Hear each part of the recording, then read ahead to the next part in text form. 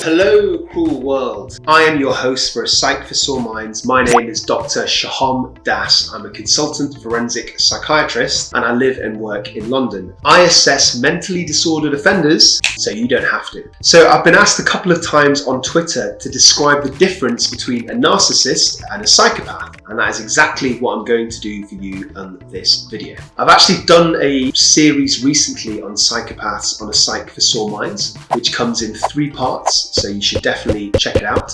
So in these videos, I define exactly what a clinical psychopath is. I tell you about a real-life case of a patient of mine who was a psychopath, and I even talk about a previous boss of mine who I believe was a psychopath. I'm giving you so much, dear viewers. What else do you want? The food off my plate? The shirt off my back? I've assessed a couple of dozen patients who have a formal diagnosis of psychopathy, and this is done using the psychopathy checklist. And I've actually used that exact checklist to assess whether Michael Jordan is a psychopath, so check out episode 3. I've even worked in a specialist therapeutic community where several of the patients were officially diagnosed as psychopaths. So other people chat about it on their YouTube channels, but I've actually lived it. So let's get started.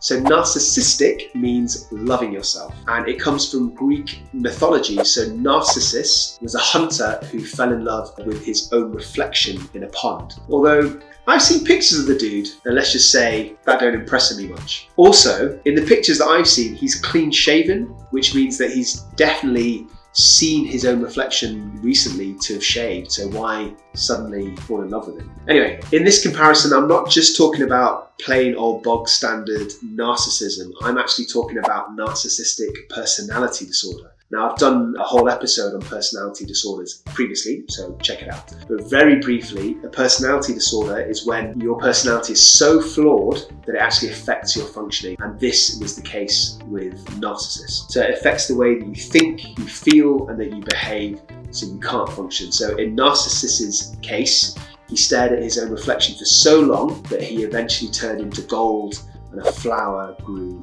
in his position because, you know, science. The word psychopath, by the way, comes from the Greek words mind and suffering, which are psyche and pathos, put together psychopath, not to be confused with the word psychopath. Not that many of my patients, I have to say, have been formally diagnosed with narcissistic personality disorder. However, I think a lot of them probably actually had the traits. And this might be because narcissistic personality disorder is not really seen as important to diagnose because it's not very directly related to offending, as I'll explain later. So many of my patients probably had this, but they weren't diagnosed. I'm also going to talk very briefly at the end of this video about what the difference is between antisocial personality disorder and psychopathy. And the reason that I'm doing that is because they're often misunderstood. The 2 terms are often used interchangeably, but that is incorrect because they are not the same.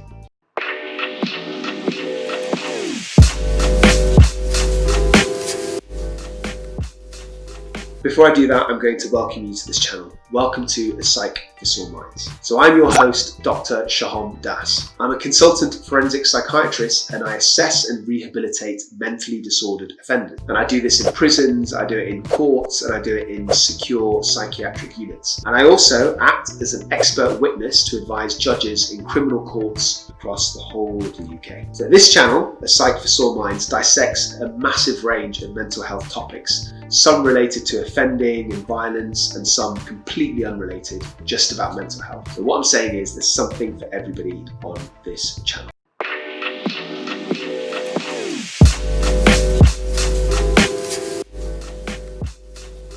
Let's first talk about what they have in common. So both narcissists and psychopaths have the following. They feel that they're special, they're entitled, and that they're flawless. And they also believe that the rules don't apply to them. Plus, they don't take responsibility for their actions. They're kind of incapable of empathy, which is why they often offend and why they commit crime. So let's talk about formal differences first, and then we'll talk about the informal ones, the ones that I personally notice in my career. So psychopaths are all very narcissistic, but most importantly, on top of that, they are predators and they are manipulative. And to me, that's the most important distinction. So psychopaths see everybody in their lives as like an opportunity to take advantage of to further their own goals, whatever their goals might be. It might be their careers, it might be to get money, it might be to get sex, it might be to get status. And this often includes breaking the law because they don't believe the law applies to them. So they do this even if it means screwing over somebody who's supposed to be close to them, like friends or families or even like a close business colleague. Whereas narcissists only want to look good and they only care about praise from other people. They're not about taking advantage of other people. So to summarize, narcissism is all about praise, whereas psychopathy is all about being a predator and being manipulative. So psychopaths are more secretive. They don't necessarily care if they look good. They don't need other people's approval because in their minds, they know themselves that they're better. Therefore, psychopaths can actually be very sneaky in their actions. They don't necessarily kind of show off, especially if it means that they could be caught doing something illegal because they don't need the attention like a narcissist does. So let's think about some high-level drug dealers, right? So a narcissist would show off all his money, all his bling, and constantly talk to anybody who cared to listen about his activities and his successes. Whereas a psychopath might be just as successful, or even more so, and he may show off amongst his peers, but he absolutely will want to keep his business secret from everybody else in case it goes back to the authorities. So now I'd like to tell you about some informal differences, things that I've picked up from my career as a forensic psychiatrist working with both narcissists and psychopaths. So narcissists never accept that they've made a mistake. They simply do not think that they're ever wrong. Whereas psychopaths, they might not think that they're wrong, but if it suits their situation, they can admit to being wrong. So for example, they can plead guilty in a court case if they know that they'll get a more lenient sentence. And it also means they can be very skillful at fooling authorities if it helps them. So to give you a specific example, in my experience, I've seen psychopaths that have been treated in therapeutic communities for people with personality disorders.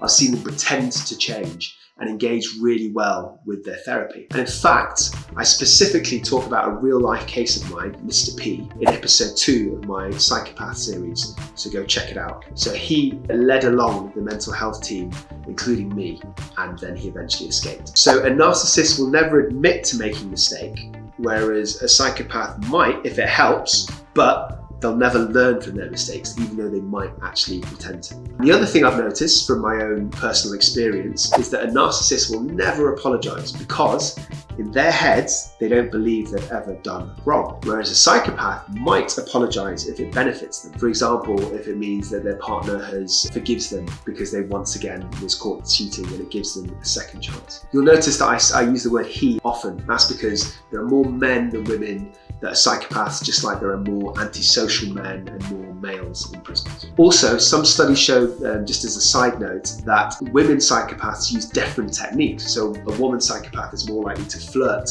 a male psychopath is more likely to use violence in terms of manipulation.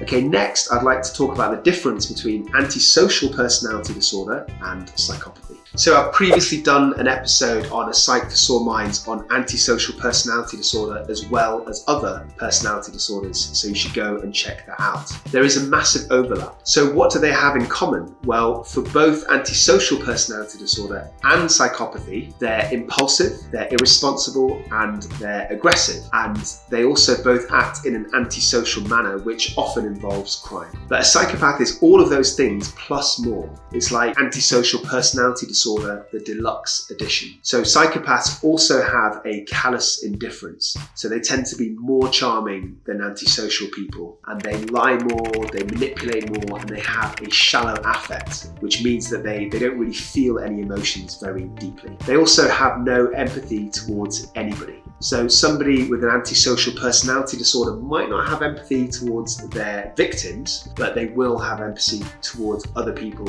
at other times, like their friends or their families. Psychopaths cannot and do not. Finally, psychopaths tend not to have any comorbid neuroses. So what that means is things like depression, anxiety, whereas antisocial people have a high incidence of those disorders. So everything I've told you is just a very brief overview of the differences. I implore you to watch my other videos if you want an in-depth analysis of these disorders. And my USP, I think, is that I'm telling you about real-life specific cases of patients that I've worked with in my career. I've not done that in this particular video, but I have in most of my others. So go check it out.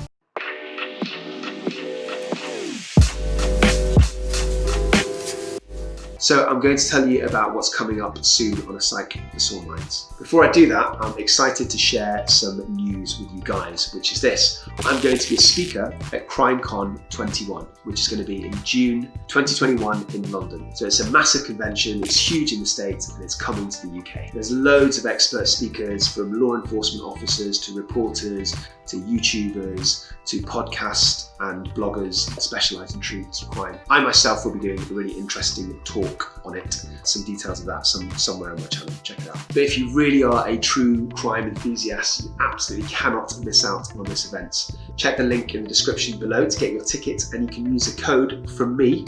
If you put psych in checkout, you'll get a 10% discount on your tickets. So, coming soon to A Psych for Sore Minds, I'm going to do a series about gangs and offending. That includes 3 real-life cases I've assessed. One was a gang-related murder of a teenager by another teenager. One was a target of a local gang, and the pressures made him mentally unwell. And another case that I'm doing, I'm pretty sure a gang exploited a vulnerable young man, and he got them to do his dirty work, and he ended up in prison on a serious arms charge. So please subscribe to our YouTube channel. Not only does it help me out immeasurably, but it reduces heartburn, it reduces indigestion, and it reduces flatulence. And I'd be very grateful if you commented a little bit on my YouTube videos. Some of you have reached out recently, had a lovely chat, and I would like to do the same with more people. Help me, I'm lonely, oh so lonely. So follow us on Instagram, like our Facebook page, submit an episode idea or any questions to our email address, which is psychforsoreminds@gmail.com. You're going to reference me, #PsychSore. Please tell your favourite people about Psych for Sore Minds because they deserve it. Spread the love. Until next time, stay euthymic, and please remember, I love you.